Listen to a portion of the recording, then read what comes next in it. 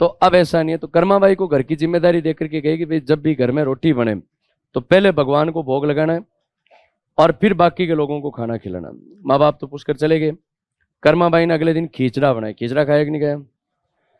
मारवाड़ में बाजरे का खींचड़ा बनता है, और स्पेशली सर्दियों के टाइम, सर्दियों का जब टाइम होता है तो शाम को फिक्स से खींचड़ा ही बनता है। और गर्मा गर्म वो खींचड़ा जो होता है उसमें खूब सारा घी डाल करके, गुड़ डाल करके है, और सबड़के ले करके खाए जाते हैं। सबड़का जानते हो ना? हाँ, जैसे राबड़ी सबड़के के साथ में खाई जाती है, वैसे खींचड़ा भी सबड़के से खाया जाता है। ताता ताता बलता बलता है ना। अगले दिन ठंडा हो जाए तो उसको घी के आपके दही के साथ में या छाछ के साथ में खाते हैं। तो कर्माबाई ने खींचड़ा बनाया, और खींचड़ा बना करके, तो कर्माबाई ने खींचड़ा बनाया, खूब सारा घी डाला, गुड़ डाला, थाली भर करके, भगवान की मूर्ति थी घर में द्वारकानाथ जी की, उस मूर्ति के सामने वो घी और खींचड़ा रख दिया कि भगवान फटाफट खा ले, तू खाएगा तब बाकी के लोगों को खाना मिलेगा। अब भगवान तो क्या खाए, पर कर्मा का भाव ऐसा, प्रेम ऐसा कि भगवान भी उस भाव के सामने पिघल गए और कर्मा के हाथ का खींचड़ा खाते हैं। कर्मा रोज थाली भर के रखती, खूब सारा घी डालती, गुड़ डालती, शक्कर डालती, भगवान को खींचड़ा खिलाती।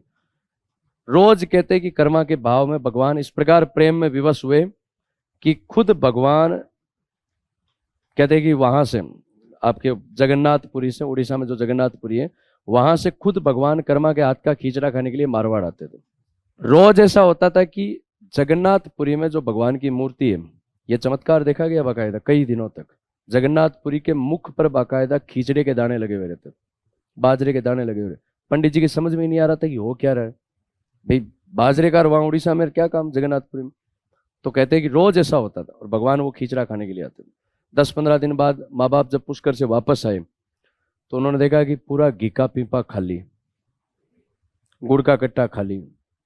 तो माँ बाप ने पूछा कर्मा को कि इतना घी गुड़ कहाँ गया? तो कर्मा ने कहा तुम्हारे ये भगवान है ना, अकेला एक तरफ है, पूरा परिवार एक तरफ है, दापता ही नहीं है ना।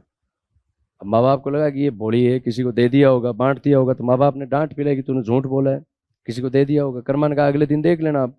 अगले दिन फिर कहते हैं कि थाली में खूब सारा घी और खींचड़ा रखा, भगवान के सामने अपनी ओढ़नी का वो पट किया, पल्ला करते हैं ना, पट करते हैं ना मूर्ति के सामने भोग लगाते टाइम, तो वो पट किया, और पट करते ही भगवान पूरी थाली साफ कर गए।